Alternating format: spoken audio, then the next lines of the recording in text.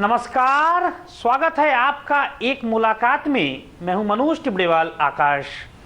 आज के अंक में हम आपकी खास मुलाकात करवा रहे हैं देश के मशहूर उद्यमी और सांसद राजीव चंद्रशेखर जी से।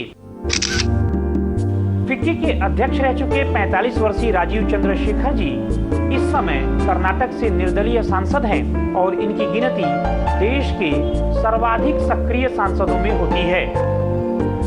जुपिटर कैपिटल कंपनी का नेतृत्व करने वाले राजीव चंद्रशेखर जी इस समय हॉस्पिटैलिटी, इंफ्रास्ट्रक्चर और टेक्नोलॉजी के क्षेत्र में सक्रिय हैं। आज हम आपको राजीव जी के जीवन के तमाम अनछुए पहलुओं के बारे में विस्तार से बताएंगे।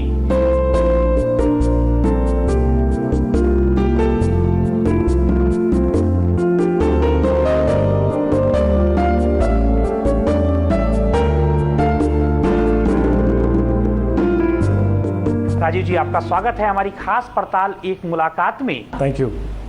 आप एक साथ कई जगह सक्रिय हैं। आप उद्यमी हैं, सांसद हैं, मीडिया दिग्गज हैं, साथ ही आप फिक्की के भी अध्यक्ष रहे हैं।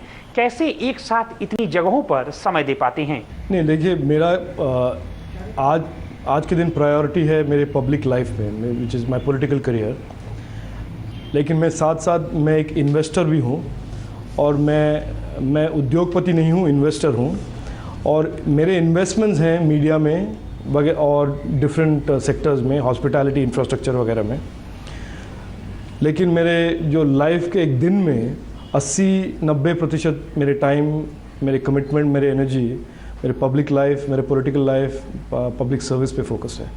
राजीव जी, जुपिटर कैपिटल की कैसे नींव पड़ी? देखिए, मैं आया वापस इंडिया 1990 में। और मैं आया क्योंकि राजेश पायलट जो तब मंत्री थे, वो हमारे फादर के स्टूडेंट थे एयरफोर्स में, और उन्होंने हमें इंडिया वापस बुलाया। और तब 1990 और 1991 में आपको याद है, India was rising, new India was taking shape. और उसके आइडियलिज्म और उसके एक्साइटमेंट के तहत मैं वापस आया। और 1991 में मैंने अटेम्प्ट की कि सेलुलर, जो तब प्राइवेटाइज या खुल रही थी वो सेक्टर, उसमें एक लाइसेंस के लिए मैंने अप्लाई किया। और 91 से 94 तक वो प्रोसेस में मैं इन्वॉल्व था। और 94 में मुझे पहली सेलुलर लाइसेंस मिली, 94 अगस्त सितंबर में। और 95 में मैंने देश की पहले मोबाइल लाइसेंस मुंबई में लॉन्च किया था। और तब से आज तक मैं एक एंटरप्रेन्योर के एक्सपीरियंस कर चुका हूँ।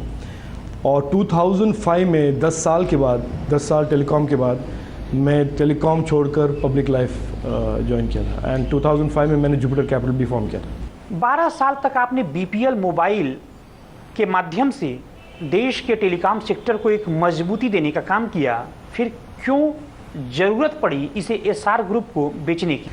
देखिए, टेलीकॉम में जो हम आज देख रहे हैं, ये जो स्कैम्स हैं और करप्शन वगैरह के एलिगेशंस हैं, ये कुछ साल से सेक्टर में मौजूद हैं। और हम 2005 में मैंने इसीलिए टेलीकॉम छोड़ा या मैंने कंपनी बेचा, क्योंकि मुझे ये लगने लगा था कि, और ये मेरा फीलिंग था कि जो बाकी चैलेंजेस थे टेलीकॉम में, वो चैलेंजेस थे spectrum lobbying, political lobbying, bureaucratic lobbying, ये था फ्यूचर चैलेंजेस। 1995 से 2005 तक चैलेंजेस काफ़ी डिफरेंट काइंड ऑफ चैलेंजेस थे। नेटवर्क बनाना, कस्टमर को कन्विंस करना, दाम घटाना, एक बिज़नेस बनाना, वो सब चैलेंजेस थे जो those were exciting me. But 2005 में ये काफ़ी ऑब्वियस हो गया था कि चैलेंजेस जो बाकी थे वो थे लॉबिंग, स्पेक्ट्रम कैसे मुफ्त में लेना वगैरह, वो हमारी बस की बात है नहीं और बस की बात थी नहीं। तो मैंने सोचा कि वो छोड़कर मैं और कुछ नया करूं।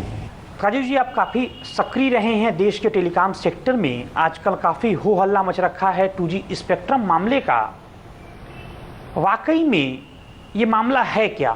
इसको सिंप्लीफाई करना काफ़ी मुश्किल है, लेकिन टेलीकॉम का जो एक रॉ मटेरियल है, या टेलीकॉम सेक्टर का जो एक कोर रॉ मटेरियल जो हम कहते हैं अंग्रेज़ी में, है स्पेक्ट्रम। और स्पेक्ट्रम ये है जो इनेबल करता है वायरलेस टेलीफोनी को जोड़ने में, सो मोबाइल फ़ोन और टावर। ये काफ़ी फाइनाइट या काफ़ी लिमिटेड क्वांटिटी में है इंडिया में, हर देश में, और उसमें उसको अगर आप प्राइवेट कंपनी को दो, उसमें काफ़ी वैल्यू है। तो ये गवर्नमेंट का एक रिस्पॉन्सिबिलिटी बनता है जब वो स्पेक्ट्रम दे किसी को, उसका मैक्सिमम वैल्यू ले for the people of India and for the public of India and the public exchequer. ये स्कैम इसीलिए हुआ है क्योंकि एलिगेशंस ये हैं कि जो 1500 करोड़ के लिए ये स्पेक्ट्रम दिया है, वो स्पेक्ट्रम का वैल्यू आज के दिन 6000 करोड़ 7000 करोड़ है। तो लॉस जो भुगत रहे हैं, वो लॉस भुगत रहे हैं पीपल ऑफ इंडिया। तो ये है स्कैम। बहुत सिंपल कॉन्सेप्ट ये है कि अगर मैं एक लैंड बेच रहा हूँ और ये गवर्नमेंट का लैंड है, अगर गवर्नमेंट का लैंड का वैल्यू है 10 रुपये और मैं बेच रहा हूँ 1 रुपये में, वो 9 रुपये का जो घाटा है गवर्नमेंट का, वो ही स्कैम है स्पेक्ट्रम में। दक्षिण भारत में आप मीडिया के क्षेत्र में काफ़ी सक्रिय हैं, क्या कर रहे हैं आजकल आप? मेरे एक्सपीरियंस 10-15 साल से मेरा एक ड्रीम था कि इंडिपेंडेंट मीडिया इंडिया में कम है, और या इंडिपेंडेंट मीडिया कम नहीं, इंडिपेंडेंट और इन्फॉर्म्ड मीडिया। अगर इंडिया और हमारी डेमोक्रेसी में ये is not strong, our democracy will get overtaken by and controlled by vested interest. और जब तक ये मीडिया है does not play the role of a watchdog, ये vested interest will run government and vested interest will run politics।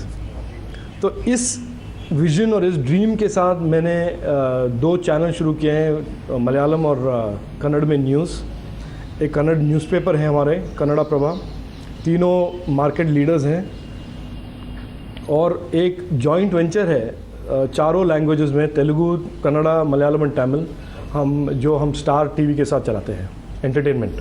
Raju ji, थोड़ी सी आपकी Jupiter capital company के बारे में बात करेंगे।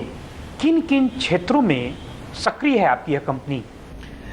देखिए मनोज जी, जुपिटर कैपिटल एक इन्वेस्टमेंट कंपनी है जो इन्वेस्टमेंट करते हैं डिफरेंट सेक्टर्स और डिफरेंट प्रोमोटर्स के।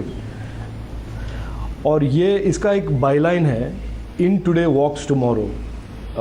सो इट मीन कि जुपिटर कैपिटल का इन्वेस्टमेंट फ़िलॉसफी है कि कल के बिज़नेस में आज इन्वेस्ट करें।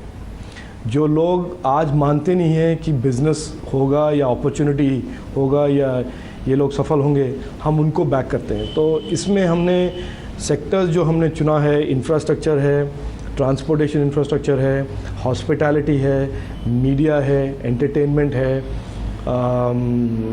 टेक्नोलॉजी है, एरोस्पेस है। तो ऐसे हमने 10-11 सेक्टर्स को हमने बैक किया है, इन्वेस्टमेंट किया है। प्रोमोटर्स जो हैं, different types of promoters, experience promoters, young first time entrepreneurs. तो हम इन्वेस्टमेंट करते हैं और लोगों के आइडियाज़ और सेक्टर्स को बैक करते हैं। राजीव जी, आप सफल कारोबारी हैं, फिर कैसे ख्याल आया राजनीति के चक्कर में फंसने का? देखिए मनोज जी, ये क्वेश्चन जो है मुझसे काफ़ी बार लोगों ने पूछा है, और इसका एक ही आंसर है। मेरा बैकग्राउंड है, मैं एक सर्विस ऑफिसर का बेटा हूँ, और मेरे लाइफ में public service, nationalism and idealism वो strong values and strong virtues in मेरे दिमाग में। तो ये हमारे माइंड में काफ़ी साल से था कि how do I serve the nation. और जब अपॉर्चुनिटी आया 2006 में, देवेगौड़ा जी ने हमसे पूछा कि आप पॉलिटिक्स ज्वाइन करेंगे, तो हमने वो अपॉर्चुनिटी को ग्रैब कर लिया। और 4 साल से मैं हूँ पार्लियामेंट में, और काफ़ी कुछ सीखा है 4 साल में, जो मैंने बाकी प्रीवियस 25 इयर्स में नहीं सीखा था, मैं जानता नहीं था। तो this is the background of my entry into politics. Rajiv ji, इसी महीने अमेरिकी राष्ट्रपति बराक ओबामा भारत की यात्रा पर आए थे। हर कोई अपने अपने नज़रिए से इस यात्रा की व्याख्या कर रहा है। अमेरिका तो 54,000 नौकरियां ले जाने में सफल रहा भारत से, आपके लिहाज से भारत को क्या कुछ हासिल हुआ बराक ओबामा की इस यात्रा से? मैं उनमें से हूँ जो ये इंडो यूएस रिलेशनशिप काफ़ी प्रैग्मेटिक सिनिकल व्यू से देखता हूँ। मैं नहीं मानता हूँ कि इंडिया को इतना कुछ गेन करने के लिए है अमेरिका से। ये जो इक्वेशन है इंडो यूएस, इसमें शॉर्ट टर्म में और मीडियम टर्म में the bigger beneficiary is America, and the bigger beneficiary is America because of its problems, security problems in this area, its volatile relationships with China, और उसको एक counter balance करने के लिए India ही उनका एक रिलायबल पार्टनर बन सकता है। सो मैं मानता हूँ कि ये इंडो यूएस का जो इक्वेशन है, इसमें currently in the short term, medium term, US is the net gainer and India will gain। एक दो न्यूक्लियर प्लांट मिल जाएंगे या दोस्ती वोस्ती हो जाएगी उनके साथ, लेकिन the bigger gainer is definitely America. Rajiv ji, आजकल सड़क से लेकर संसद तक भ्रष्टाचार की गूंज सुनाई पड़ रही है। क्या आपको लगता है कि हमारे देश से कभी भी भ्रष्टाचार मिट पाएगा? 2006 में मैंने कहा था और मैंने इंट्यूटिवली कहा था कि the biggest challenge facing India is the declining standards of governance. Corruption जो हम फेस करते हैं आज, भ्रष्टाचार, CWG हो या लैंड स्कैम हो या व्हाटएवर, उसका डायरेक्ट तालमेल और कोरिलेशन है गवर्नेंस से। मैं मानता हूँ कि the biggest challenge to India's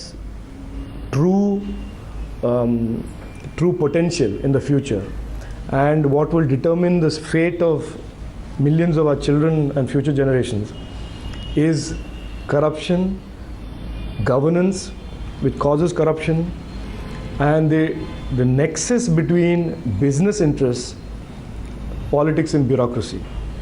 ये तीन जो एक interconnected web है, that is declining governance, nexus between politics and business and the corruption as a consequence of these three, ये अगर हम हेड ऑन कन्फ्रंट नहीं करेंगे और इसको हम संभालेंगे नहीं या इसको न्यूट्रलाइज नहीं करेंगे और या इसको सॉल्व नहीं करेंगे, तो भ्रष्टाचार विल नॉट गेट सॉल्व। और एक मुलाकात में यहाँ पर रुकेंगे एक छोटे से ब्रेक के लिए। ब्रेक के बाद भी राजीव चंद्रशेखर जी से यह बातचीत जारी रहेगी।